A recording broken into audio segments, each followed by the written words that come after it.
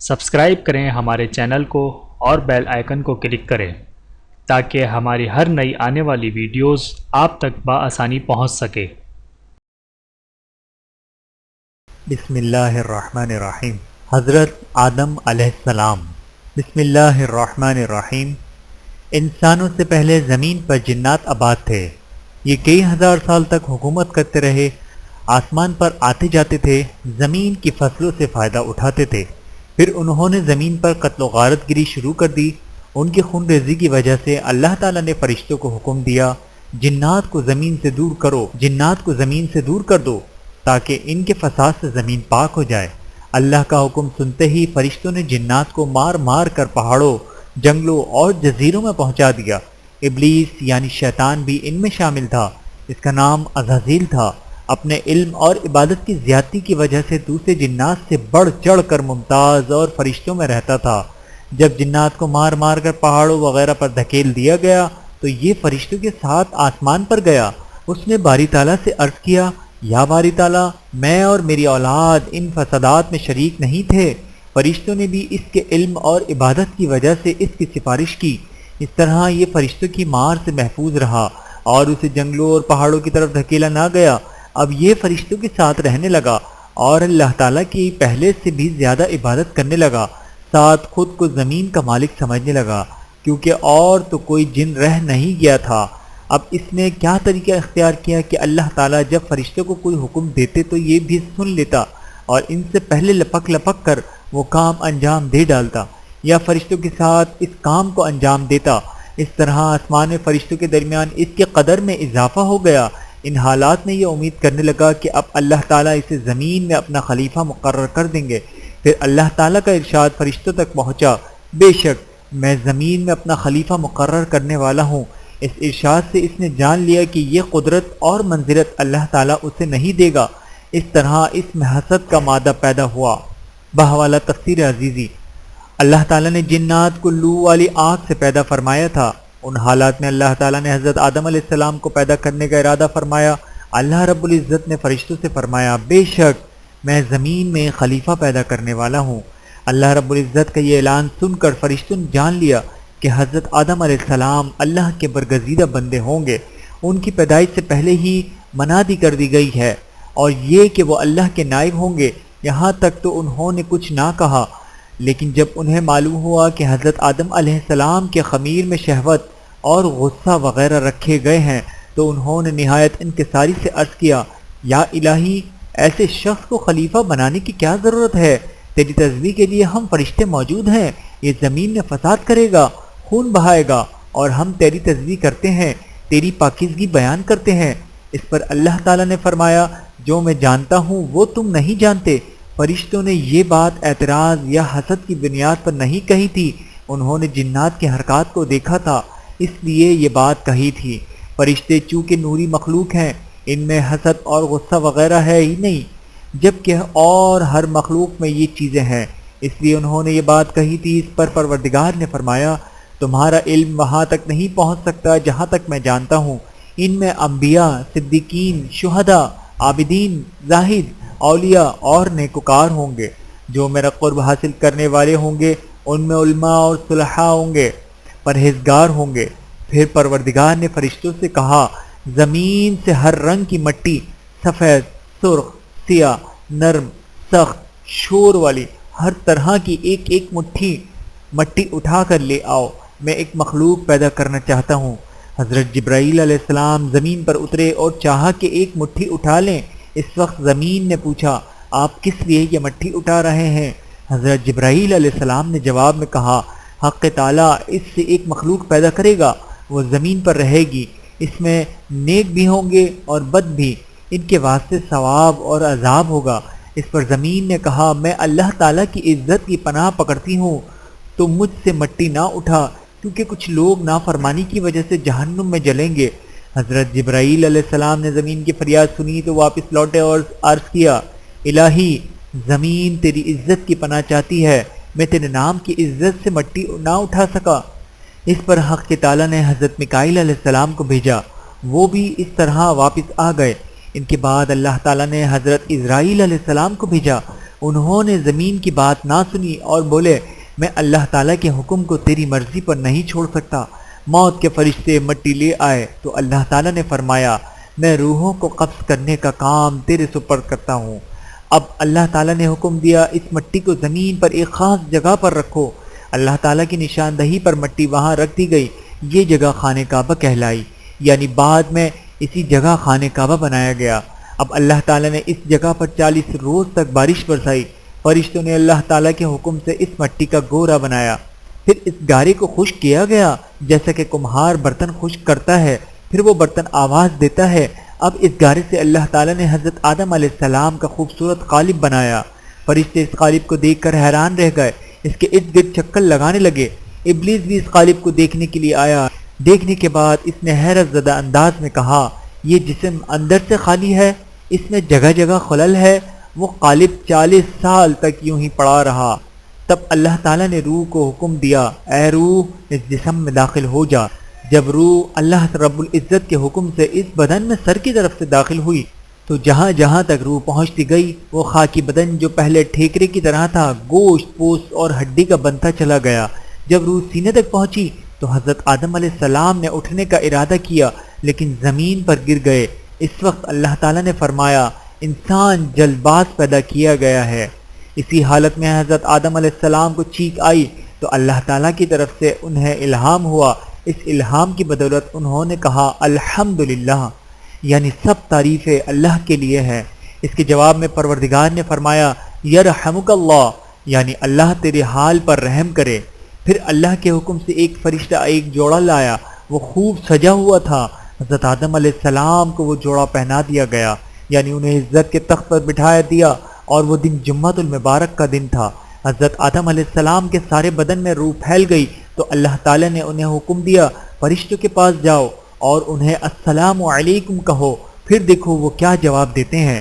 آدم علیہ السلام کی یہ حکم پا کر فرشتوں کی طرف گئے اور ان سے کہا السلام علیکم وعلیکم السلام ورحمۃ اللہ وبرکاتہ۔ اس پر اللہ تعالیٰ نے فرمایا یہی کلمات ہم نے تیرے اور تیری اولاد کے لیے مقرر کر دیے۔ اب رب العزت نے ان کی کمر پر اپنا دایاں ہاتھ پھیرا تو ان کی پشت سے جس قدر نیک بخت لوگ قیامت تک پیدا ہونے تھے ان کی صورتیں حضرت آدم علیہ السلام کو دکھائیں۔ پھر دوسرا ہاتھ ان کی کمر پر پھیرا تو جتنے بدبخت لوگ قیامت تک پیدا ہونے تھے انہیں آدم علیہ السلام کو دکھا دیا۔ آدم علیہ السلام نے اپنی اولاد کی صورتیں دیکھیں تو ان میں سے بڑا فرق نظر آیا۔ ان میں خوبصورت، بدصورت، دولت مند، مفلس، لمبے قد والے، چھوٹے قد والے، اندھے، لولے، لنگڑے، غرض ہر طرح کے انسان تھے۔ اب اللہ تعالیٰ نے تمام انسانوں کی روحوں کو جمع فرمایا اور ان سے عہد لیا بتاؤ کیا میں تمہارا پروردگار نہیں ہوں؟ سب نے ایک زبان ہو کر کہا بے شک تو ہمارا رب ہے، ہم سب گواہ ہیں۔ اس عہد کو میثاق کہتے ہیں۔ یہ عہد اس لیے کیا گیا کہ قیامت کے دن بنی نوح انسان یہ نہ کہنے لگیں ہم تو اس سے بے خبر تھے۔ اس عہد میں انسانوں سے کہلوایا گیا ہم صرف اللہ کی عبادت کریں گے اور کسی کو اس کا شریک نہیں بنائیں گے۔ حضور نبی کریم صلی اللہ علیہ وآلہ وسلم فرماتے ہیں جب پروردگار عالم نے آدم علیہ السلام کی اولاد نکالی تو اس طرح نکلی جیسے کنگھی کرنے سے بال کنگھی کے اندر ہو جاتے ہیں۔ اس میثاق میں فرشتے بھی گواہ ہیں۔ حضرت عمر رضی اللہ تعالی عنہ سے روایت ہے کہ حضور اکرم صلی اللہ علیہ وآلہ وسلم نے فرمایا اللہ تعالیٰ نے آدم علیہ السلام کو پیدا کر کے ان کی پیٹھ پر ہاتھ پھیرا تو ان کی نسل نکلنے لگی۔ تب اللہ تعالیٰ نے فرمایا فلاں فلاں تو جنتی ہے کیونکہ وہ اہل جنت کا ہی عمل کریں گے، اور یہ دوزخی ہیں کیونکہ وہ دوزخیوں جیسا عمل کریں گے۔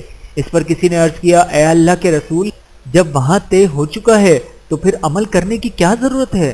آپ صلی اللہ علیہ وآلہ وسلم نے فرمایا اللہ کا وہی بندہ جنت کے لیے پیدا کیا گیا ہے جس کے عمل جنتیوں کے ہوں گے، اور دوزخی وہی ہوگا جو دوزخیوں کے کام کرے گا اور توبہ سے پہلے اسی عمل پر مر جائے گا۔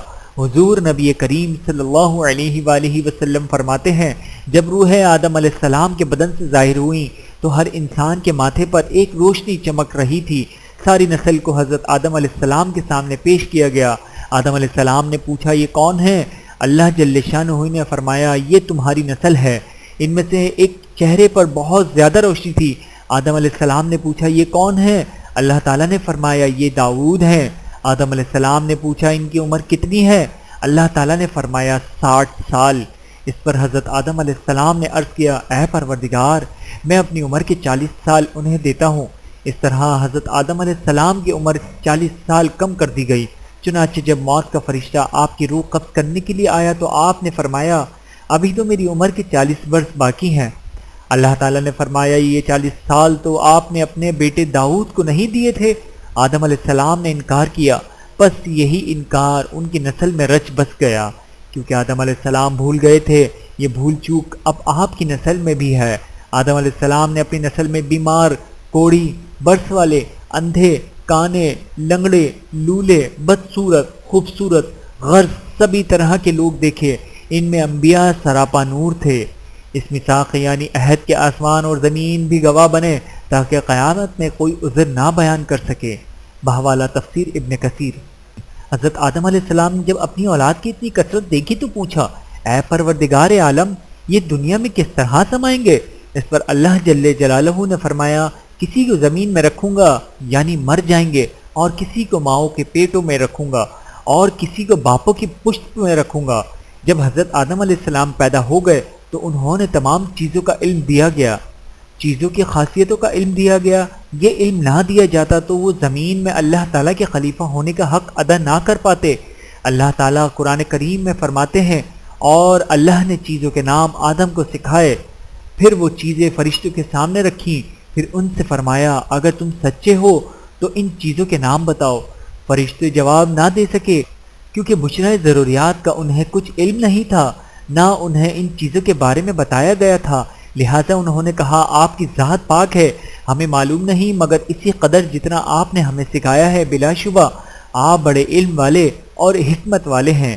اب اللہ تعالیٰ نے حضرت آدم علیہ السلام سے فرمایا اے آدم تم ان چیزوں کے نام بتاؤ۔ آپ نے تمام چیزوں کے نام اور خواص بتا دیے۔ تب پروردگار نے فرمایا میں نے تم سے کہا نہیں تھا کہ میں آسمانوں اور زمین کے تمام پوشیدہ چیزوں کو جانتا ہوں، اور جو کچھ تم ظاہر کرتے ہو اور جو کچھ پوشیدہ رکھتے ہو سب مجھے معلوم ہے۔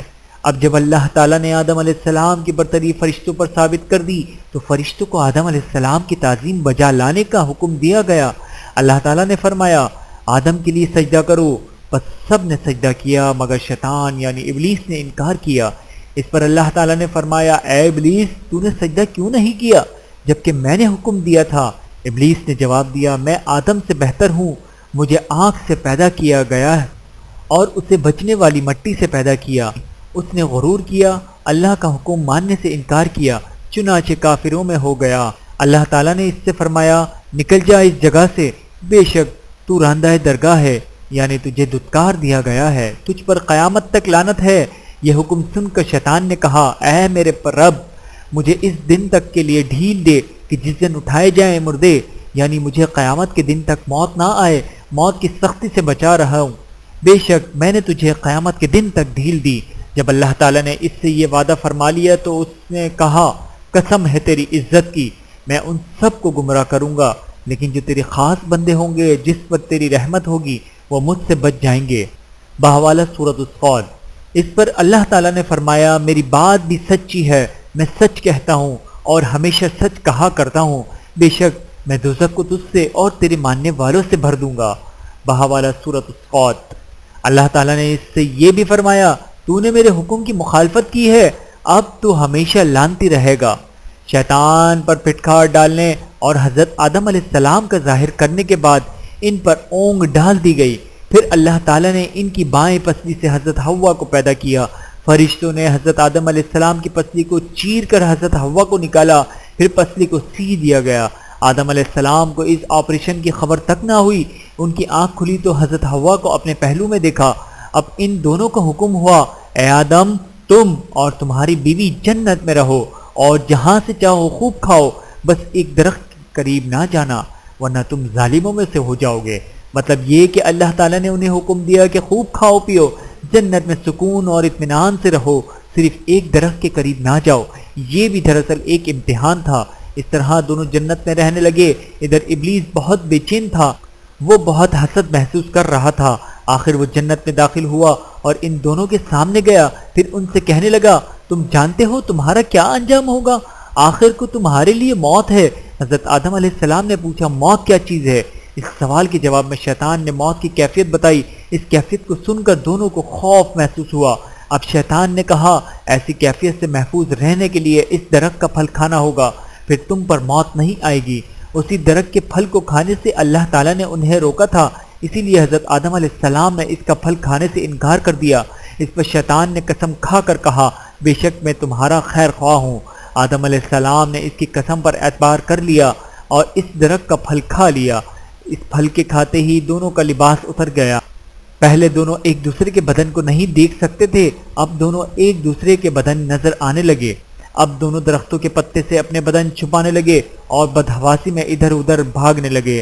اس وقت اللہ تعالیٰ نے فرمایا اے آدم میں نے تمہیں جنت بخش دی تھی، صرف ایک درخت کا پھل کھانے سے منع کیا تھا، اب تم یہاں سے زمین پر اتر جاؤ، وہاں ٹھہرو۔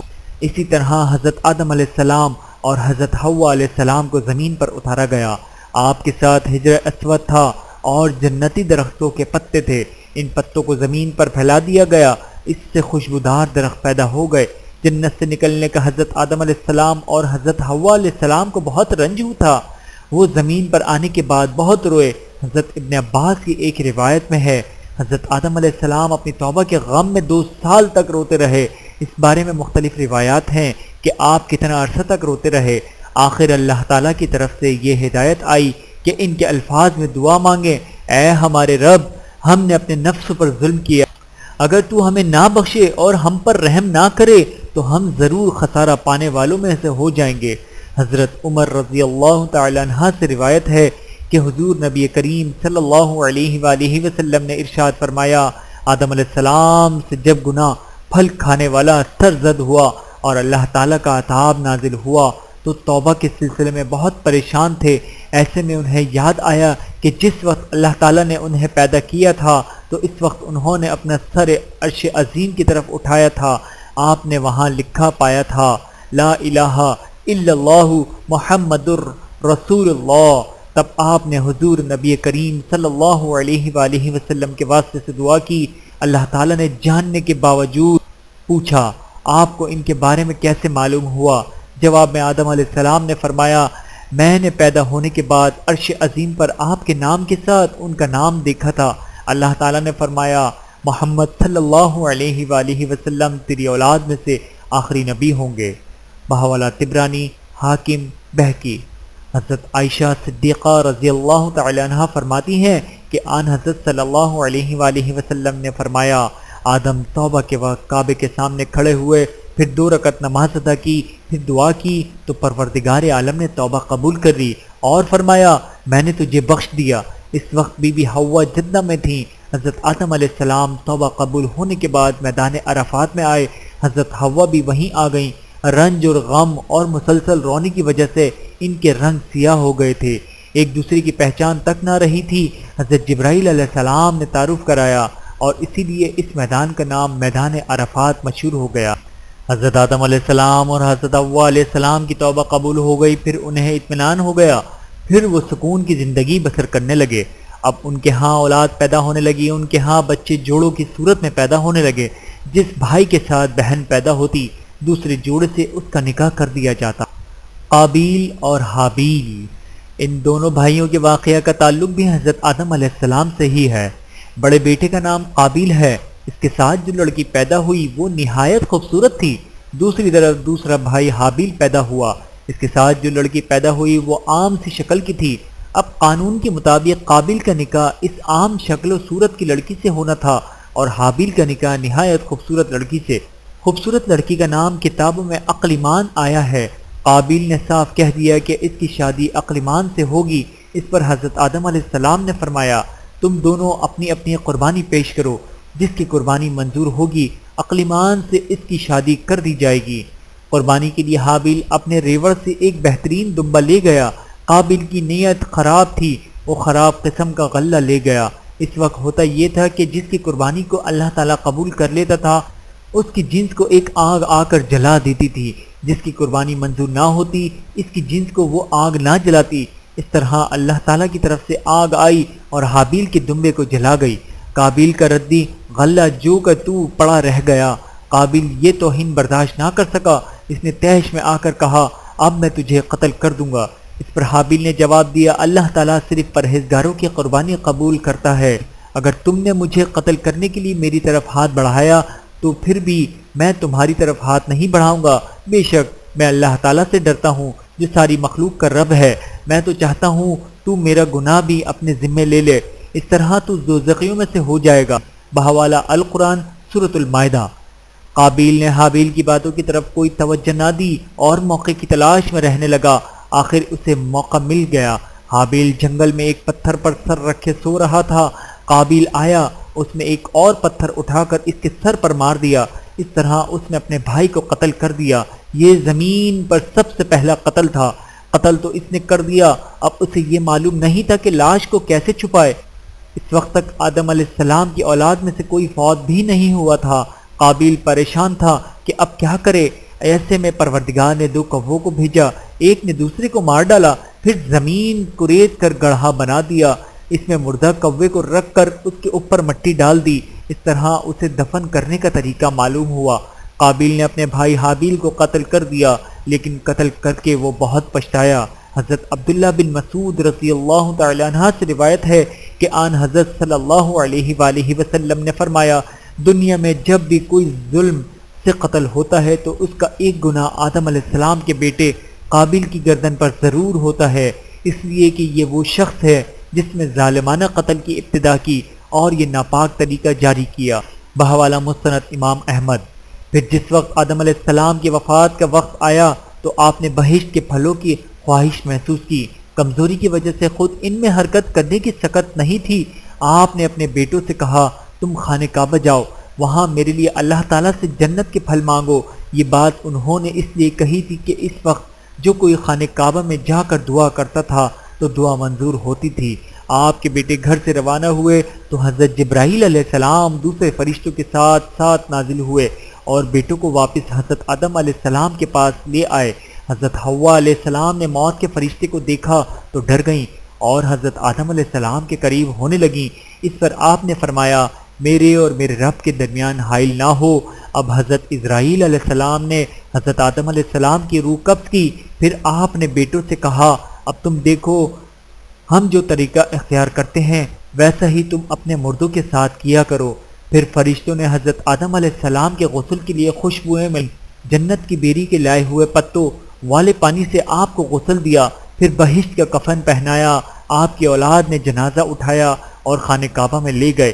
حضرت جبرائیل علیہ السلام نے نماز جنازہ پڑھائی، انہوں نے نماز جنازہ میں 4 تکبیریں پڑھیں، آپ کو مسجد خیف میں دفن کیا گیا۔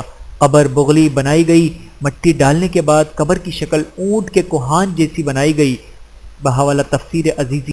دنیا میں آپ کی کنیت ابو البشر ہے کیونکہ آپ سارے انسانوں کے باپ ہیں۔